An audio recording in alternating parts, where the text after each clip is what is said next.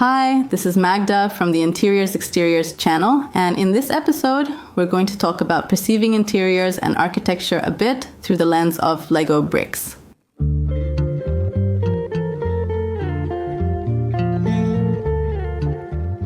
What motivated me to record this video was the latest book by Philip Springer, Grey Hour, Time for New Architecture.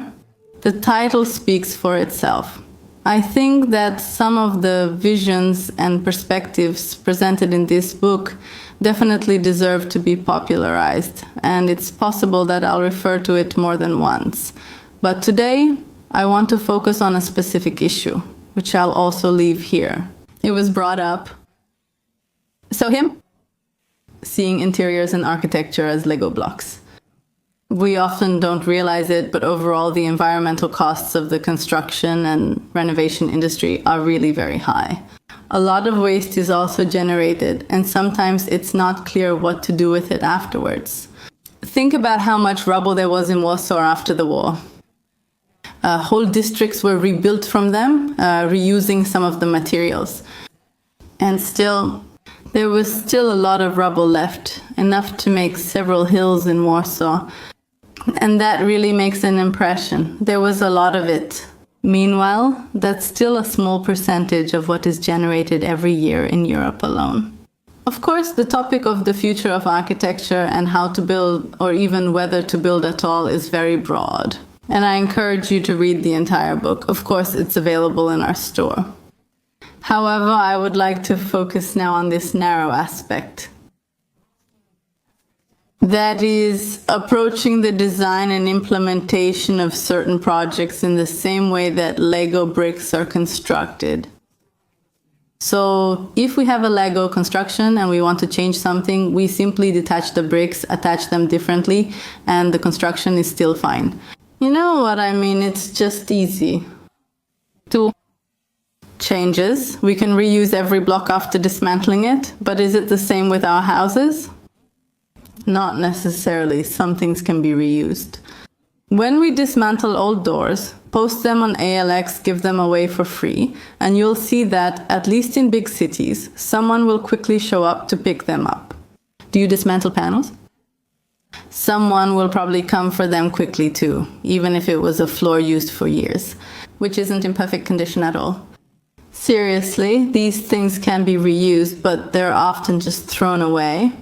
But this shows that these things have the potential to be reused, and that's great. But will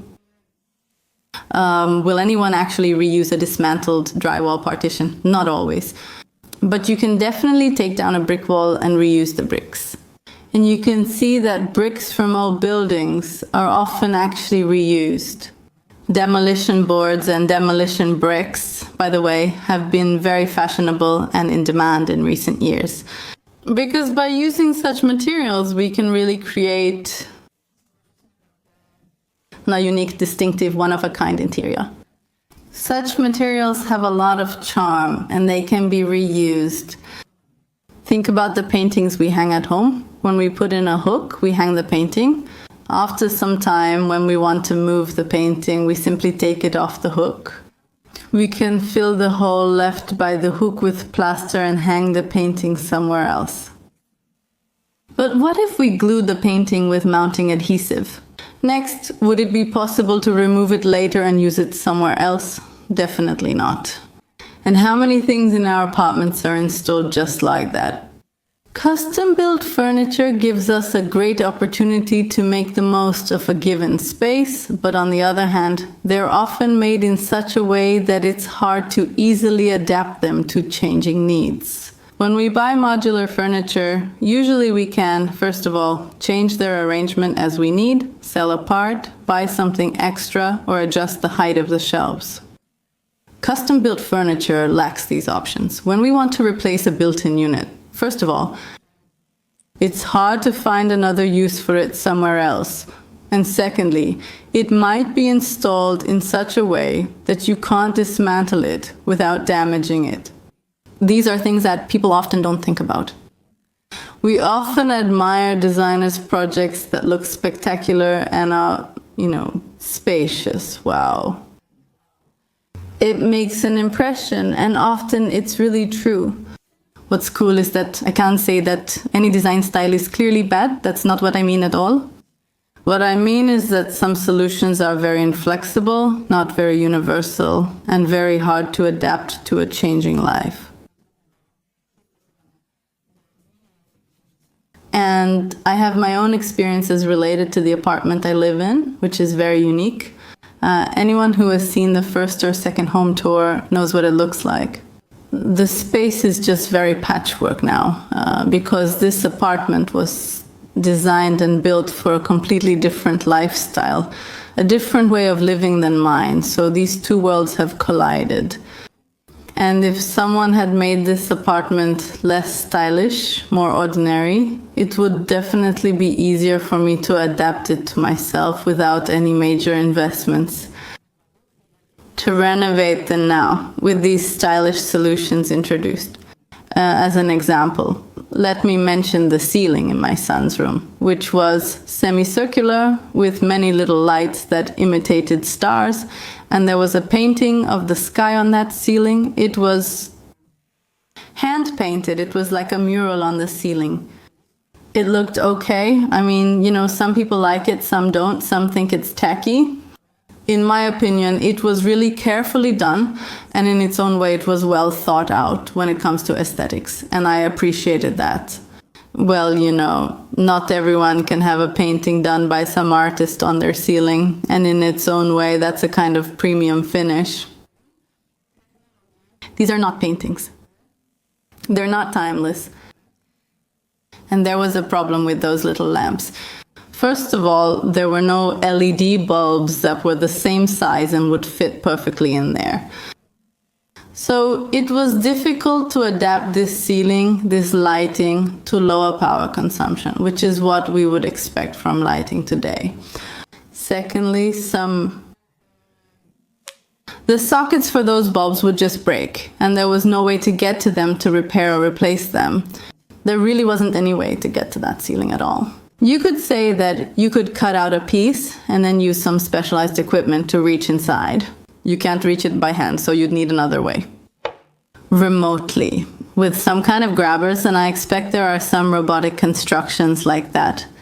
But honestly, I've never even met a specialist who does something like that. Since the service would be time-consuming and specialized, I expect it wouldn't fit within the budget I had in mind. And instead of repairing that ceiling, I simply had to replace it. So I put off doing anything about that ceiling for a long time. But when it got to the point where, I don't know, every third time I turned on the light in the room, it blew the fuses in the apartment, I just couldn't wait any longer. Taking advantage of the kids being away, I simply got rid of that ceiling. And I didn't hire any crew to remove that ceiling.